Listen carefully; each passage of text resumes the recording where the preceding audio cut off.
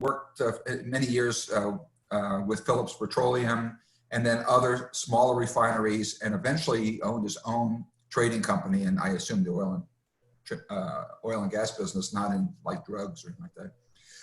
He eventually purchased a retail office supply business with 9 stores and converted it to the first nationwide, lowest cost, next day delivery, no inventory, no salespeople, no trucks. And probably knows, I don't know how he made any money, but he did a lot of money.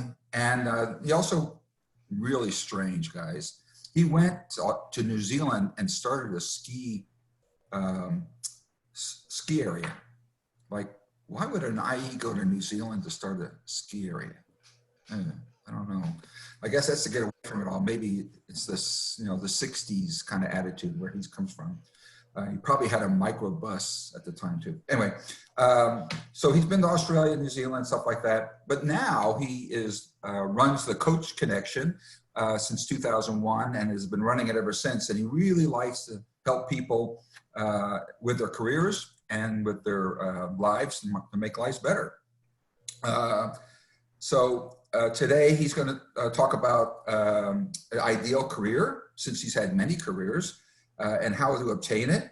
And he's focusing on how to assist you in discovering, designing, finding, and attaining the most value and rewarding careers. So Bill is going to focus on how to make your career and life better. I hope I didn't capture everything.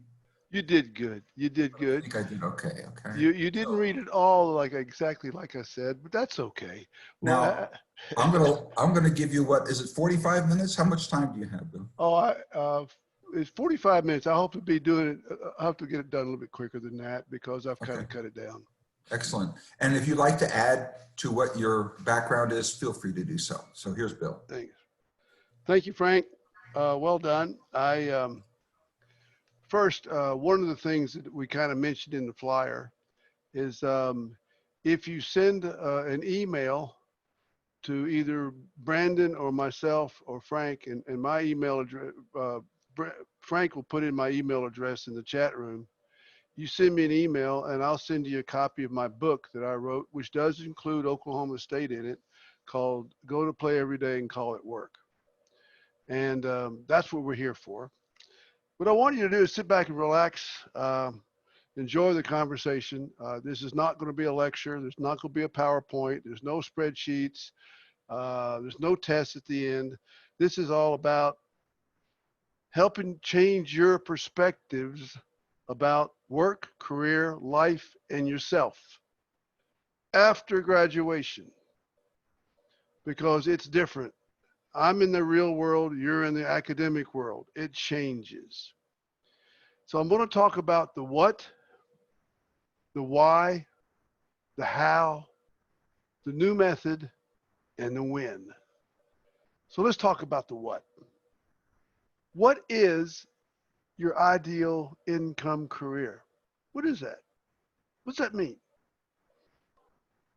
What does it mean to get your most valued and rewarding career? Well, that's important. And why would you want to do that? Confucius said 2,500 years ago, if you do what you love and love what you do, you never have to go to work a day in your life. He was right.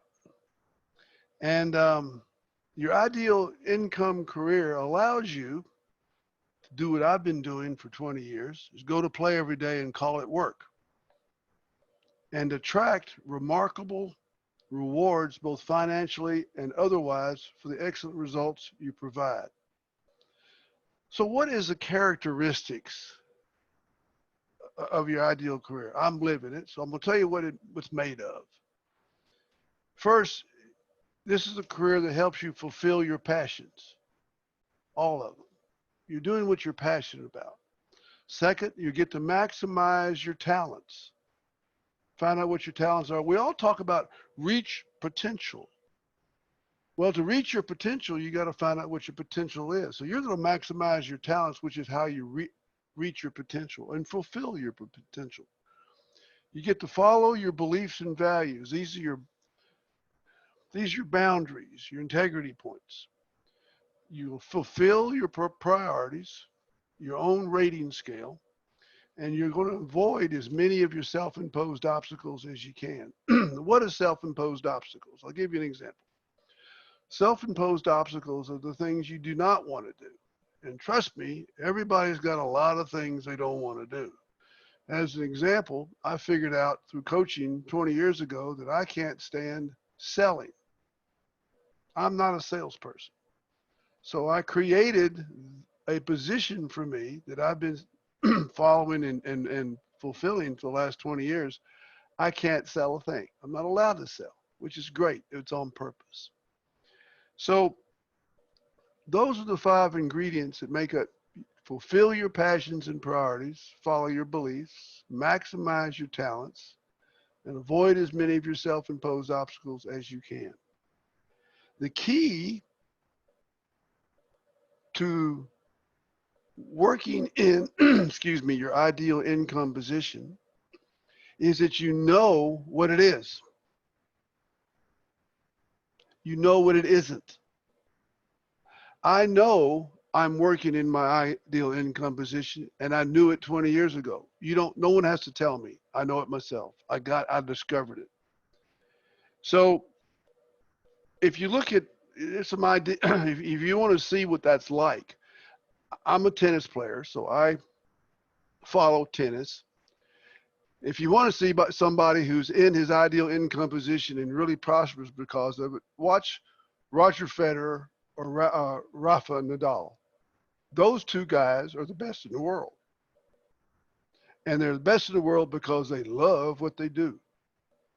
And they're very talented at it. And people don't realize one of the keys to both of those guys, they've won 20 majors each.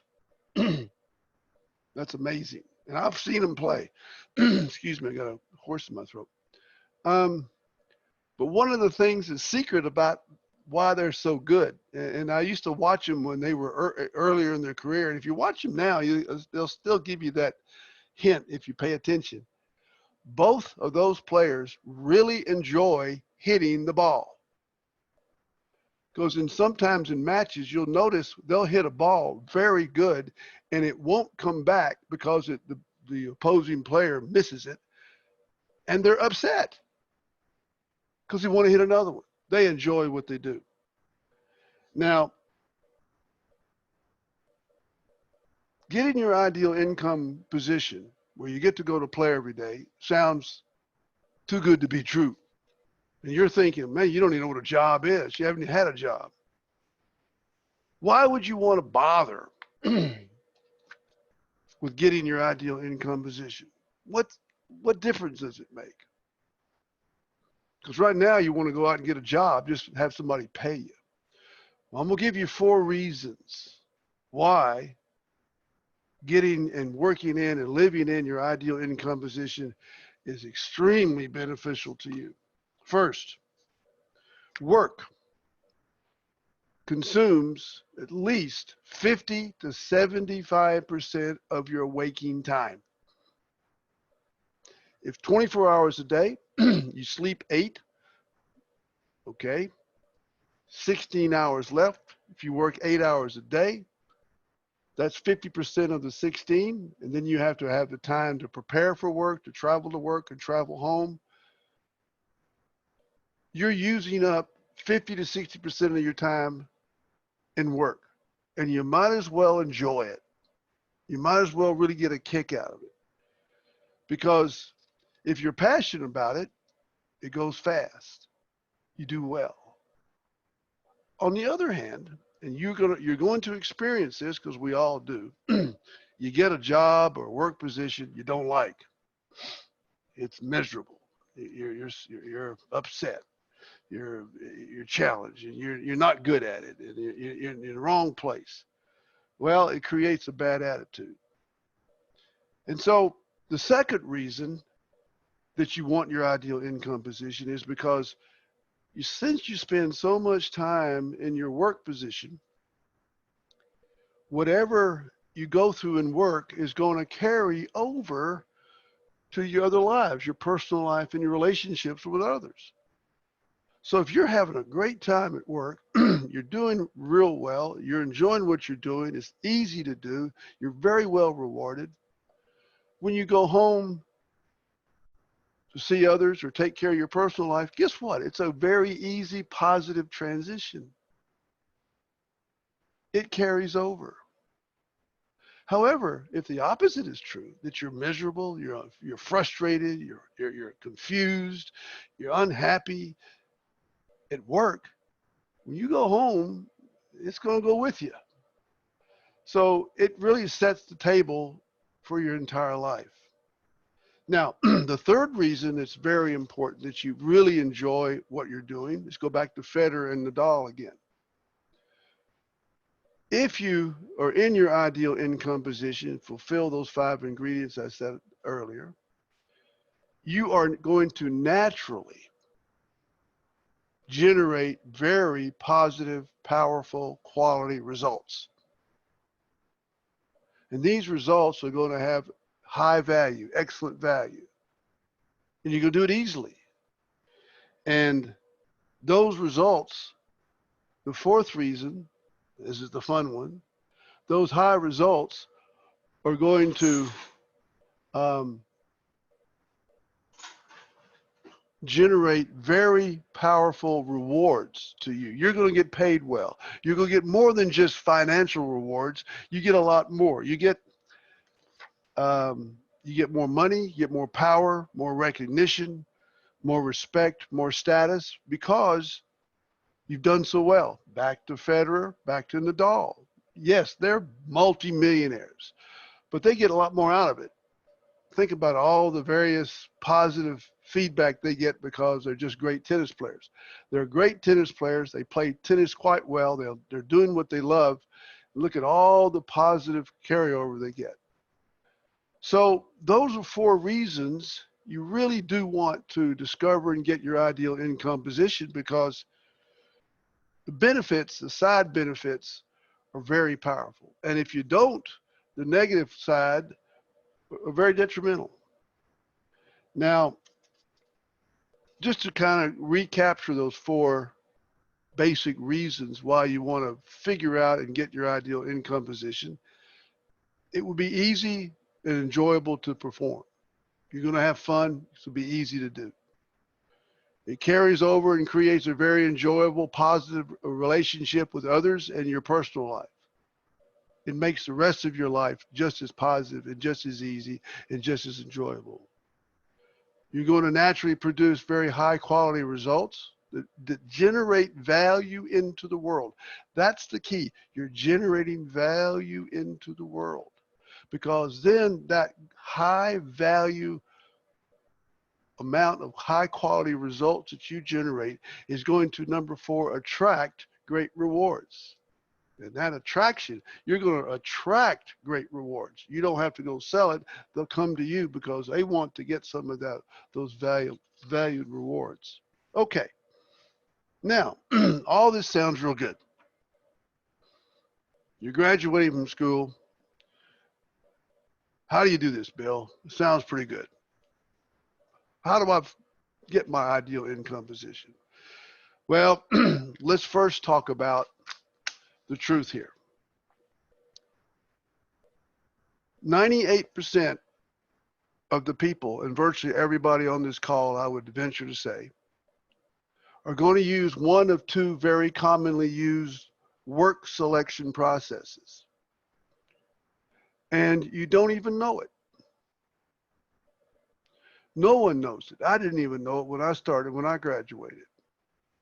And you're going to use a work selection process, one of the 2. About 90% of the people use one, and 10% of the people use the other. And neither one of them work that well. Matter of fact, they rarely work. The one that's most common that I can tell you from personal experience, I used for 14 years with total failure, is called the trial and error method. And the trial and error method, we're all engineers. We're all IE engineers. We're systems engineers. This is the system you're using to select your next work position, your work selection process. is called the trial and error method. Now, that's about 90% of the folks use it. The other one that people use is called the please others method, which means you pick a work selection process. You pick a work position to please someone else, your parents, your spouse, somebody, not you, them. But let's talk about these methods don't work. They have a high failure rate in helping you discover what your real ideal income position is. So let me give you a demonstration, because I can talk about the trial and error method. You're going to normally use it anyway. And now I'm going to demonstrate what the trial and error method is all about. I don't know if you can see this, Frank. Make sure they can see this well. I'll move things around in the picture. This is a shape sorter.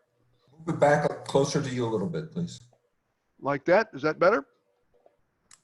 Yes. Okay, I'll move the camera back a little bit. How's that? How's that work? Okay, this is the shape sorter. And the purpose of a shape sorter is generally for children ages 1.5 to 2 years old. And the purpose of it is to help the children discover the difference between various shapes, triangle, square, whatever this is called, and to be able to place the shapes in the various holes. So what does a child do when they figure out their job is to put one of these items in a hole? Well, they grab one of the shapes, they don't look at it, and they use the trial and error method trying to get it in the various holes. They just give it a try.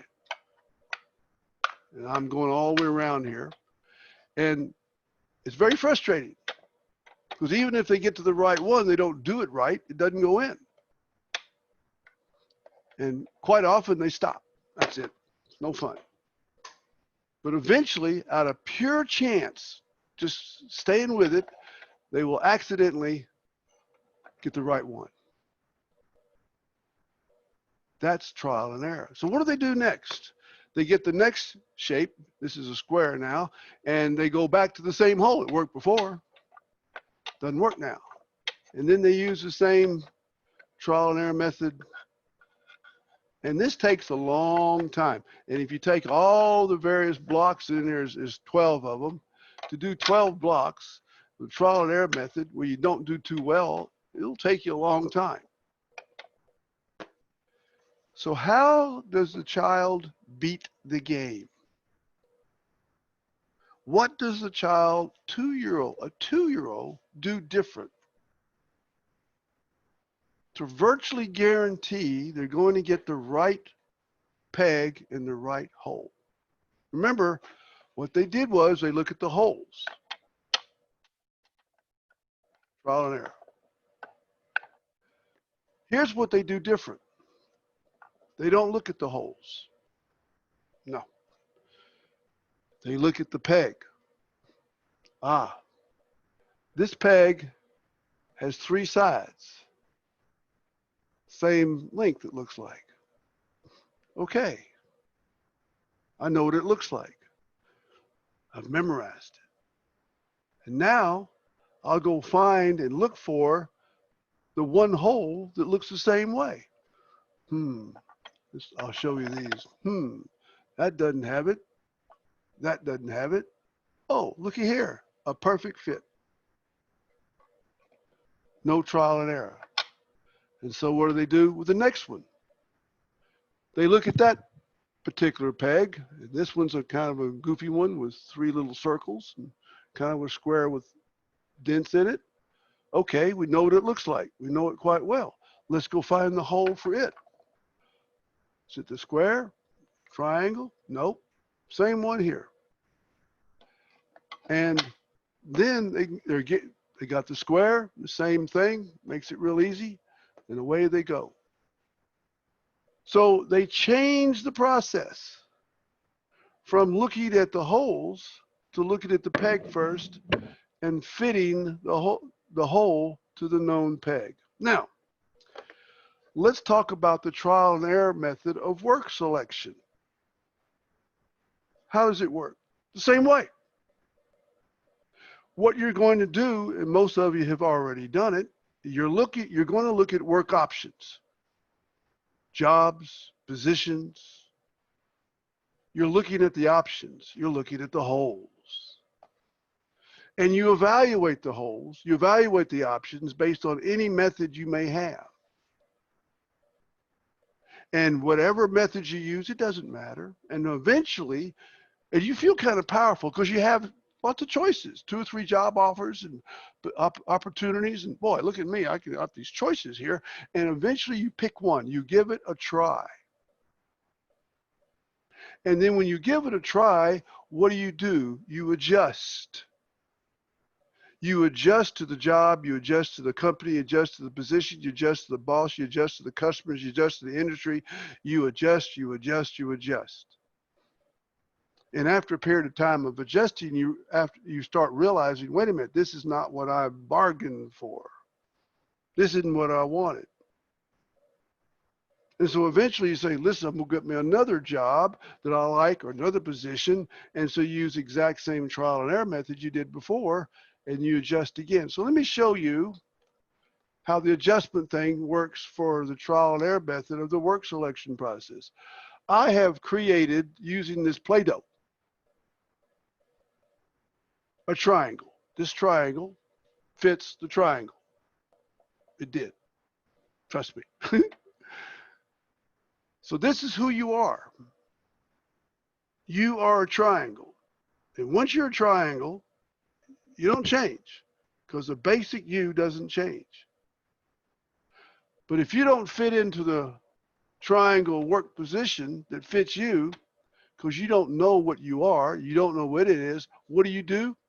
You're going to force yourself into another work position thinking it's the right one, and you adjust. And you adjust. And you adjust. You adjust to that work position. And in practice, this came out after a fact, instead of being a triangle, trust me, that's a square. You turn into a square because you force yourself into, but you still are a triangle. So that's why many times people change jobs so often, because they're frustrated. They're not in the right match. They're not matched up with the right position. So that's why the work selection process of the trial and error method doesn't work that well. And with that in mind, so the question is, how do you change that? How do you fix that? Well, let's talk about some truths. I'm going to make a statement that the greatest mystery in the world is not global warming or whether the OSU Cowboys will ever win the national championship in football. Coming from Alabama, we did it all the time. Oklahoma State, I hope they do. Now, I used to make that statement. For 16 years, I told people the greatest mystery in the world is not global warming or whether the Cubs will ever win the World Series. Guess what? They won it. So I'm going to start a new pattern. The new pattern is I'm going to state the greatest mystery of the world is not global warming or whether Oklahoma State will win the national championship in football, in hopes that the same thing that happened to the Cubs will happen to OSU. No, the greatest mystery in the world is ourselves. Ourselves. But who are we? We have two selves. Two selves. We have our conscious self, and that's what you focus on. Our conscious self is our logical self, our rational self, our practical self. And everybody here, assuming you graduate with a BS degree, upon graduation, will have undergone 16 years of having your rational, practical, logical, conscious self built, developed, controlled by other people. Because your conscious self is where all your logical exterior information resides. So as you're a wee baby, you don't know anything. You don't know a language. You have to learn a language. That goes into your conscious self. So you've been going to school. You're told what to learn, when to learn it, how to learn it, where to learn it, and what way to learn it. And then you're judged through exams by someone to determine how well you learned it. And you're graded on that. You weren't given that much of a choice. That's all about the logical self. No one has ever asked you, what do you want? So now the subconscious self, that's the second self, and that's where the power is. As one friend of mine said, and he did his research, the most powerful computer in the world is a totally unrestricted operational, fully operational subconscious mind of a human being. We don't use but 10% of our brain, or even less. Your subconscious mind, your subconscious self is what you're born with. That's who you are. That's where your passions are. Not in your logical side, they're in the subconscious side. That's where your self-imposed obstacles are. Those are the things that I don't want to do. I don't want to sell. Why is it I don't want to sell? I don't know. I don't care. But I don't. I can't stand cutting the grass either. And I live in Florida. We have lots of grass. I've never cut a blade. I've lived in a house for 30 years. I've got 21,000 square feet of grass that never stops growing, and I've never cut a blade. Somebody else does it for me. And I'm happy with that because I know I don't want to do it. I don't know why. I don't care. It's also where your beliefs and values are, your boundaries, your integrity points. They are in your subconscious self. And your talents, let's talk about that. Everybody on this call are walking, talking bundle of talents. Every one of you. You have all kinds of talents within you. You have different types, though, different shapes, different forms, different degrees, different styles, but you all have different talents, different bundle, different package of talents. Now, everybody here, we all got our talents at the same time, same place as everybody else did. When did we get our talents? We got them at birth. God gave them to every one of us. Every person on the face of the earth got their talents at birth from God. Here they are. We were a wee baby with all these talents. Our eyes were closed, our hands in the air, and we're a bundle of talents. Wasn't that wonderful? But you know what God didn't do? God didn't give us a list of our talents. That helped. That really would have helped, but we didn't get one. So, the few talents that you know about, and you only know about a small percentage, you've discovered by accident. That means a whole host of your talents are still there waiting to be discovered. And last but not least, the fifth ingredient are your priorities. So the statement that I made, the greatest mystery in the world is not global warming or whether OSU will win the national championship in football. The greatest mystery in the world is ourselves. And I will say with virtual confidence, having been in your shoes, that everyone on this call only knows about 10 to 18% of yourself. You only know a small portion of those 5 ingredients who make up who you are. Now, you may think you know all of it. You may have this, oh, I know myself quite well. You don't. And that makes a big difference. Because if you don't know what your passions are, you don't know your talents, how the heck can you do something about it? So let's talk about why, some kind of characteristics here that show up. Let's talk about something that no one talks about, and then I'm going to give you a cause of it, and then I'm going to give you a cure. Stress. Stress. Everybody's got stress. And where does stress come from? Stress comes from the same place for every human being on the face of the earth. Stress is caused by conflict. Conflict. Two forces conflicting with each other. And what are those forces that are conflicting with each other that cause the stress? Well, it is the difference between your rational self saying you want to cut the grass because my neighbors are cutting the grass, and your subconscious self saying, no, you don't. I'm not going to cut it. And I can tell you a true story, because when I moved to Houston, Texas from Midland, Texas doesn't have any grass. I didn't have to worry about that. I had my own house, but it didn't grow, so no problem. But I moved into a new house, a used house in Houston. It had a very small yard, but the couple there, they were old. They were about 40s. I was in my early 20s, and they had an immaculate yard. It was very well maintained.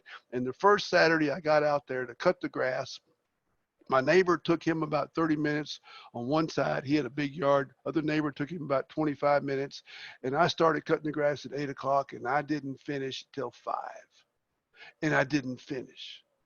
And I was miserable. I would do anything not to finish. I would go one pass and I'd get a drink. I'd go someplace else. I'd go inside. I'd go to the bathroom. And as the day went by, and the longer I tried to do it, the more upset I became, more ornery I became. I was not a happy camper. But I did not know at the time how badly I disliked cutting the grass. So I kept forcing myself to do it. Stress. My conscious self was saying, you got to do it, because everybody else is. My subconscious self, oh, Bill, we ain't doing it today because we don't want to do it.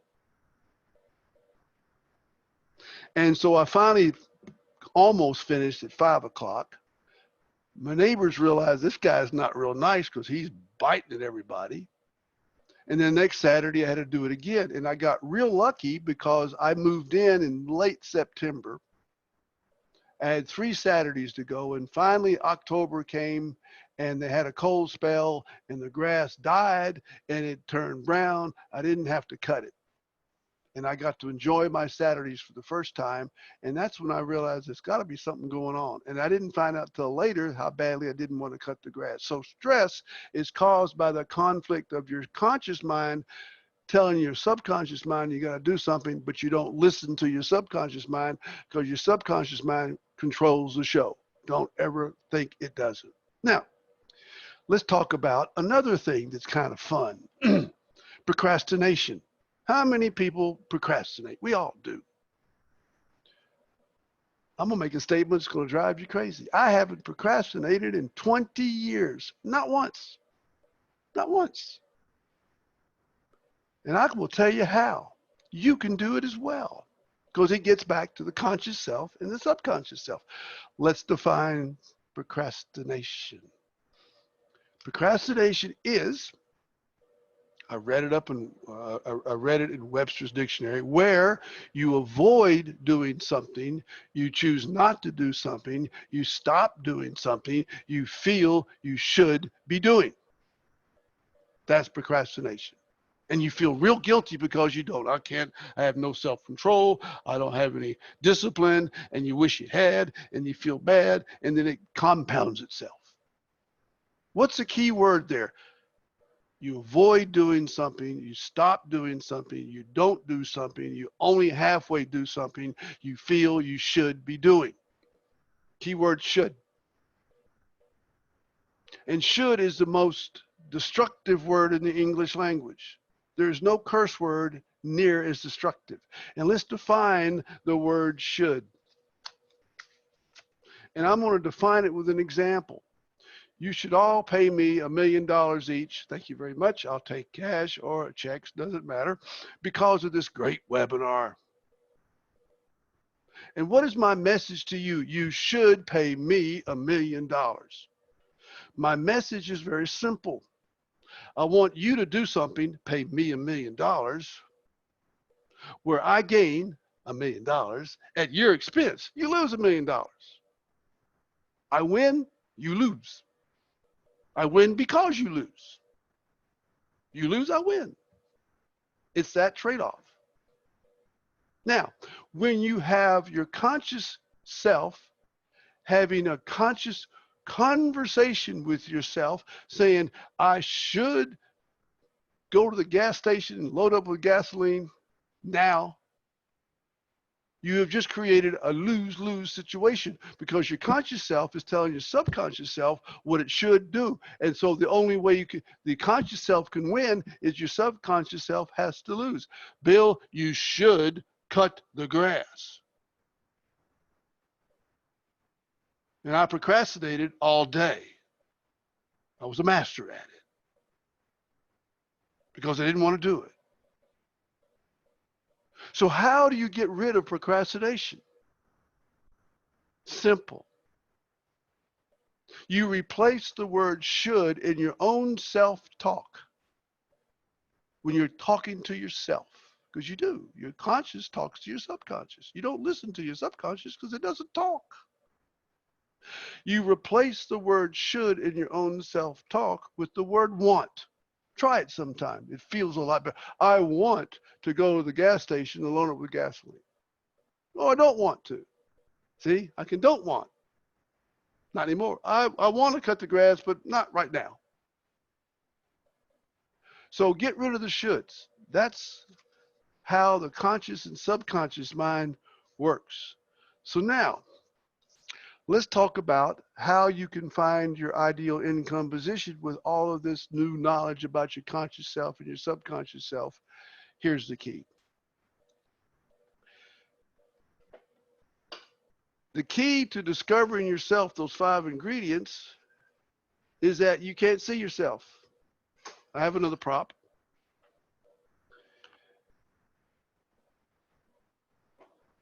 It's physically impossible for any human being to see and understand their own talents, their own self-imposed obstacles, their own beliefs and values, their own priorities, their own passions. Try it. You know why it's physically impossible? Because it's based on physics. You cannot see your face because your eyes are physically looking out. So how do you see your face? You look at here's a prop, a mirror. There you are. You look in a mirror. And when you look in a mirror, what is a mirror? It offers a real-time reflection of an outside view looking back at you. So when you look in the mirror, what do you see? You see the truth, a reflection of the truth. Right looks left, left looks right, but you know that. So it takes a mirror for you to see your face, or your eyes, your ears, your nose. It's the only way you're going to see it. Okay, you get a picture, but what's a picture? It's a permanent capture of a mirror, of an outside view looking back at you. It's permanent. The mirror changes as you change your face. So the only way you can see those 5 ingredients, you need something, you need a mirror effect. You need another human being to act as your mirror. So then that other human being can see you, because you can see me. Well, I can see my face now, but you can see, other people can see you, can see all the various, those 5 parts of you that you can't see. And they provide that mirror, and that's what happened to me at age 56 and at 24 when I graduated from OSU. I found out that I didn't like to sell. I found out that I really loved starting businesses, and I started this one. I found out I didn't want to cut the grass. I found out I actually love tennis. I found out I'm really good at tennis. Heck, I discovered that I was very good at golf. I have a natural gift to play golf. But the funny part is I don't like golf, so I don't play it, and I don't mind. I know myself because I had someone else act as my mirror. So when you are able to see yourself through the mirror of someone else, a coach, another person reflects back to you, you see yourself for the first time like in a mirror. Think about the possibility that you have never seen yourself in a mirror. Think about this. You've never seen your face. You've never seen a picture of yourself. So how would you know what you look like? You'd have an imagination. You have some kind of picture in your mind that was developed by all these other people who told you have blue eyes, brown eyes, green hair, black hair, brown hair. You got big nose, little nose, high cheekbone. What? They're all different. And you conjure up something in your mind what you look like, and it really wouldn't be all that accurate. But think about what would happen the first time you looked in the mirror in your life and you saw the truth. It doesn't change. And that's what happens when you have another person coach you to see yourself. And when someone coaches you so you get to see yourself and unravel the mystery of you, then when you unravel the mystery of you, you will become the world's leading expert on you. And when you become the world's leading expert on you, that is when you are in control. That is when you have the ultimate in clarity. No more confusion. You have the ultimate in confidence. You want to know what confidence is? Know yourself. Here's the one I like. The ultimate in, got 5 minutes, no problem. Ultimate in stress-free power of choice. So the key here is, I got the 5-minute walk. It's a perfect time. The key here is you want to help get somebody at some point in time to coach you so you get to see yourself. Now, the when, I'll wrap up, when to do that. I would say to you, now is not the time. You're all going to go out and get a job. You're going to go out and get some work position now after school. Go for it. You don't have enough information yet. Go learn what's out there. Discover, but go out into the real world with a desire to learn as much about yourself, because that's where the power is. You have been learning exterior information and you're going to do it again in the real world, but now you want to focus on the most important ingredient, that's you. And at some point in time, you're going to say to yourself, I really am now ready to discover me so I can take control of my life. That is when you want to hire a coach or get someone to coach you. And be careful. Don't go out and get anybody. It's a long story. Not anybody will do.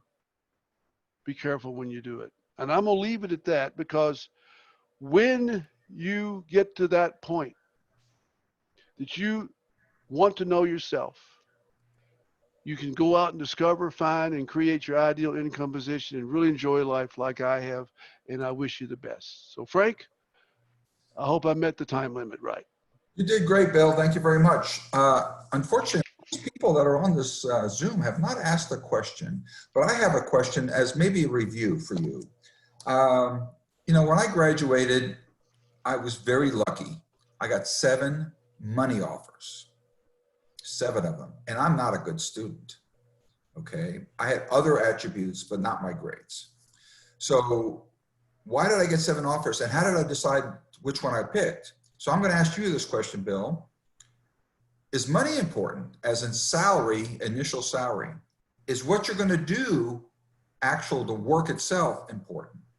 Is location important? Is being close to family, or maybe being far away from family, important?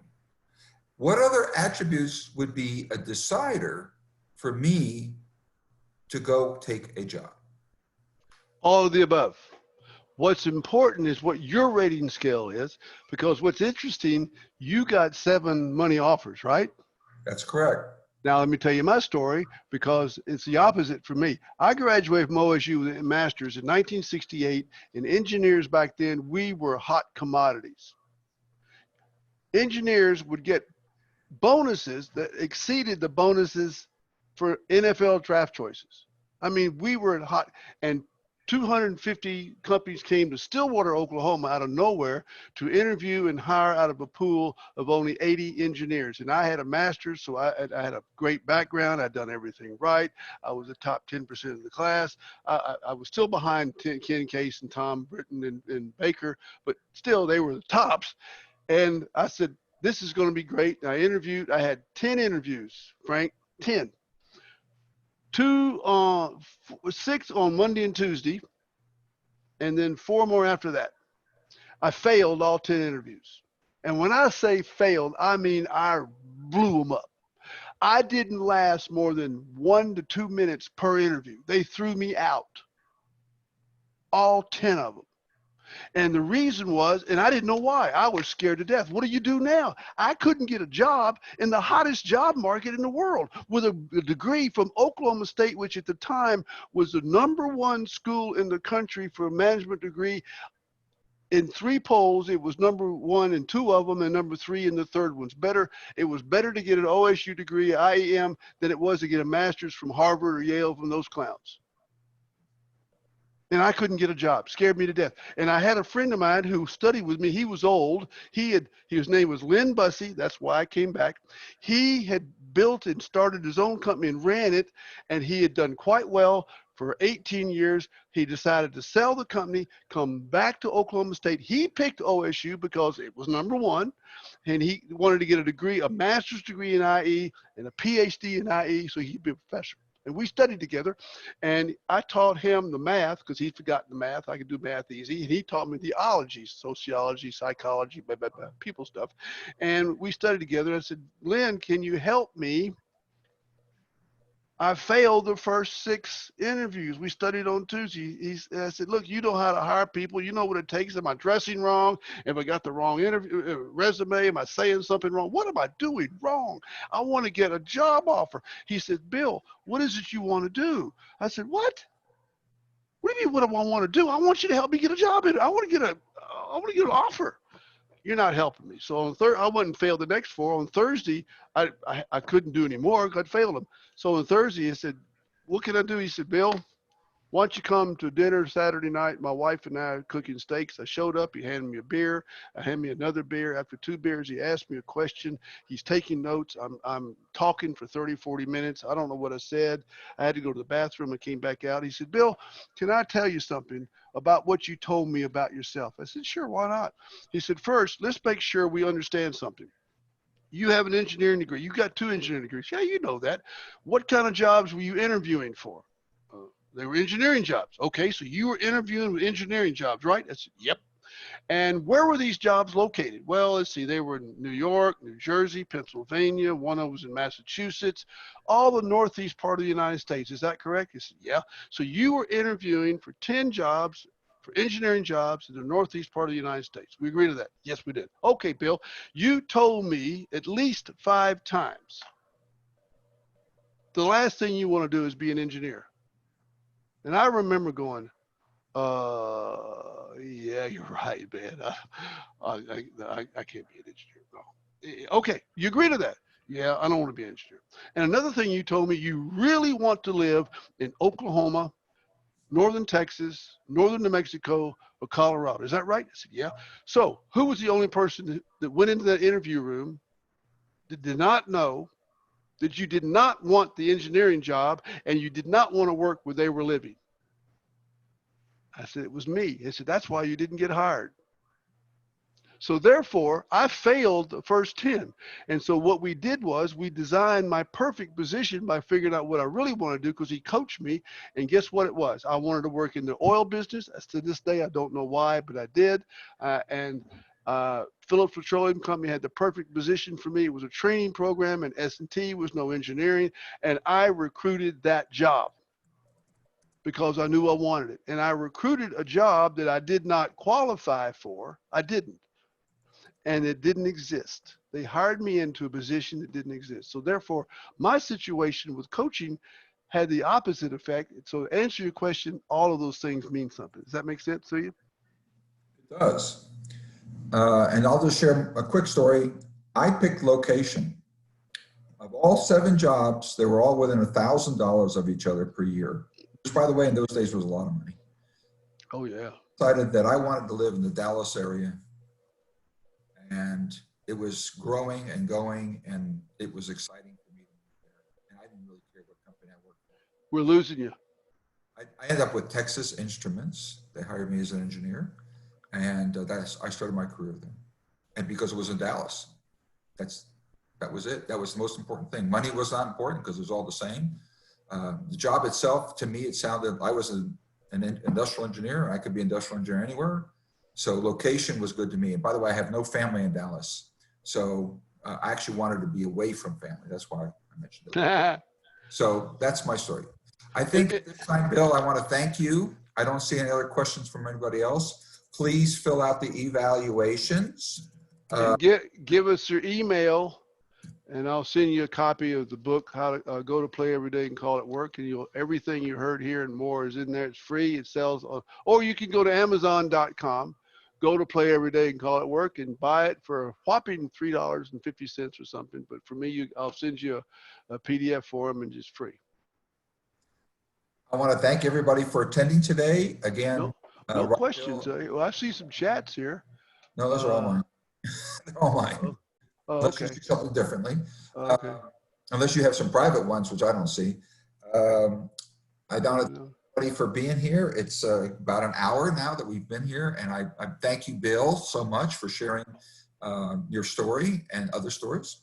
And we'll be doing this again in the next month or so, and several times from the Cowboy Academy.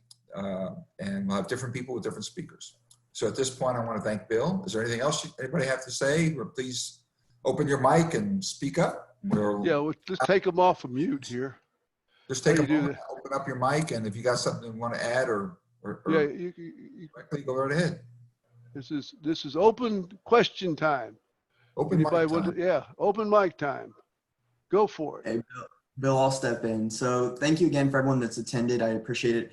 I can just go ahead and speak from personal experience. Bill's been my mentor over the past couple months and been able to go into a lot more depth on a lot of these conversations. And I've truly been able to discover a lot about myself with Bill's help. He's been able to pull out talents that I did not know I had.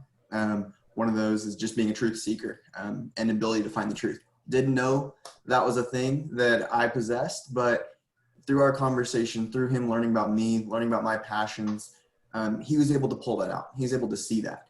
And going forward, having that information, you're like, what do you do with it? And so those are just some of the next steps. You take that information, you kind of write it down, you make a list. Bill's told me he has a list of things he hates doing, and it's over 100 things long. Cutting the grass and selling is on that list. And so I've started my own list of things that I absolutely hate doing. And just learning more about yourself so much can help you moving forward. Obviously, all of us are right now trying to get jobs, or for the most part, most of the seniors are out there trying to get jobs. And like Bill said, if you got an offer and it seems to be good, take it, go for it, and then you can get that experience to learn about yourself. So I just want to speak from personal experience, just from what I've seen with my conversation with Bill. It has been truly helpful. And I just encourage all of you guys to go out there and try to learn about yourself. You know, even close friends, anyone along those lines can start to kind of help you piece together who you are and just learn more about you. And so that's kind of my thought on that. Bill, I kind of had a question though that maybe some people are thinking is, and you kind of touched on it, but not really too much in depth, is you had mentioned in your Play-Doh example, you kind of get formed to that job that you're going into. So, you know, you take the triangle and you force it into that square. How do you, for all of us right now, all of us seniors that are getting to go into the workplace, that we may have used that trial and error method, we're using that trial and error method currently to find a position. And so say we just pick the square just because that's randomly, how do we avoid transforming ourselves into those positions and losing who we truly are? Well, you're not going to avoid it if you use a trial and error method. It's going to happen. You are definitely going to adjust. Everybody does. It's natural progression and and the jobs ask you to. And since you don't know what you want, you're going to adjust to whatever circumstances come up. So don't worry about adjusting, because that's not going to hurt you as much as you think, especially your age when you're young. You've got the youth to do it. But the key to it is, as you're adjusting, you will learn more about parts you don't want to do in that adjustment, because eventually, when you discover it, so you start off as a triangle and you end up as that square, eventually you're going to find out that you really are a triangle. And then you now who you are, you have it adjusted. You take away the stuff that you've done different, and then you go find that position that's perfect for you. Then you change the process. So don't worry as much about adjusting. We all did. I mean, I've adjusted too. And sometimes adjustments aren't bad. It's part of the learning experience. And as long as you understand it's part of the learning experience, then it's experience. It's very helpful to you. Does that help? Yes, most definitely. Yeah. The whole thing here is everybody's going out, and here's something to kind of, and I didn't really get into this because I kind of breezed over it. But one of the most important things, I'm gonna put everybody in the shoes of what it's like to be a hiring manager. What are they looking for? Okay, you're out trying to find a job, but one of the things you want to find out is, what are they looking for? What's on their mind? What's important to them? Well, let's talk about that, because my situation in Oklahoma State was a good example, and this is where it helps. I've hired and fired over 500 people in the last 35 years in 4 countries. And I've hired executives up to $1 million a year, the whole bit. And I actually taught this stuff. A hiring manager, someone who's hiring someone, is looking for a fit, the match. They know what they have. They know what results they want. You don't. They do. So what they're looking for is the person who naturally fits that position and knows it and loves it. And that will then be able to give them they're going to have, okay, I got the right fit. In my case, when I failed all 10 interviews, I was not even close to a fit. They knew it real quick. This guy doesn't want the job. He doesn't want to live here. Goodbye. But the job that I did get at Phillips, I wanted it so bad. I wanted to work in Bartlesville so bad. I wanted to work in the petroleum and I really was passionate about it. And I was good at what I did because I had an IE degree and distribution. Come on, I can do it in my sleep. I recruited it, and the reason they hired me, even though they didn't have a job and I didn't qualify, was because I knew I was a good fit and they did too. And it worked out. So that matching fit is what a hiring manager is looking for. So the more you know about what you want, the higher chance you have of getting what you want. Think about it. The more you focus on a position that really excites you, your chances of getting it go way up. Okay, Bill, I'm going to have to say that's enough time, guys. If there's anybody who would like to stay on this Zoom meeting, feel free to do that. Bill is, I'm sure, willing to spend a couple more minutes with you. Brandon, thanks very much for that question. I know you're the president of the ISE organization. Thank you for putting this together and helping us out. I also have met you several times at OSU, and I'm sorry I didn't meet you this year again because of the COVID. But there's a question in here. Feel free to leave at this point, and anybody who wants to stay, please stay, and we'll talk some more. Thank you very much for attending today. Have a great day. And I'm still here because there's a question I'm going to answer. Ken Slater, you want to ask that question, Ken? If not, yeah. Well, it says here, how should we go about finding a good starting place? We aren't going to find the right job right away. How do we find the strike zone? That's a very good question. And I will, the answer is kind of like what Frank says, go with your gut. Go with what you feel you want to do. Don't worry about analyzing things, being analytical and doing a chart. If something feels good to you, go with it. You may not even know why. That's a great starting point. Eventually, you may find out why it feels good. You may find out it doesn't. But I would say to you, when I walked into Phillips, it felt good, and I knew it. And to this day, I don't know why, but I can tell you it was the right match. So go with your gut. Trust yourself, because if you trust your own instincts, they're never wrong. I hope that helps. Does that help? Is it Kent? Okay. Yeah, I think that's a good answer. I have one piece of advice to anybody, which I made a big mistake, is I went to work for Texas Instrument. My boss was an electrical engineer, had no clue what an industrial engineer could do, and he had no ability to mentor me.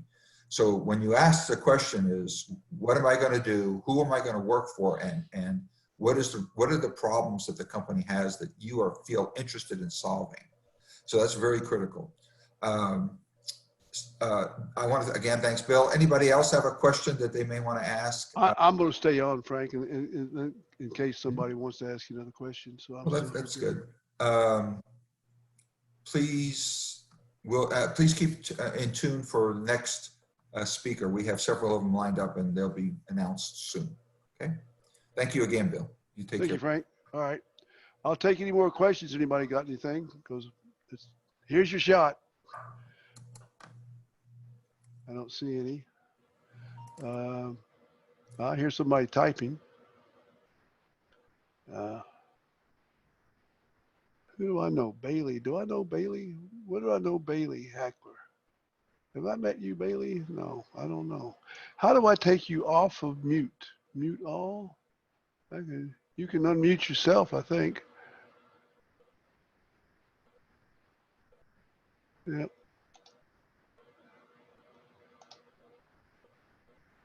Well, if no other questions, thank you, Brandon. Good man, Charlie Brown. Thank you, Valerie. Now that you're here, it's Laura Brown. Appreciate your help, and I hope this was very helpful to you, and I hope it got your juices going. I was real happy to see that all 17 people stayed the whole time, so that's kind of cool. So unless there's any other questions, I don't see anything. We will rock it, and we'll check one more time. Nope. We will rock and roll, have fun, and I'll say sayonara. Take care. Bye-bye. Thank you, Bill. If you want to hang out for a second. Okay, I will. Yeah, no problem. All right. And Bill, I was able to get the recording started just as you were being introduced. So Okay, thank you. since you stopped it. So we Okay. should have it. You stop it. You can turn it off now. How do we pause?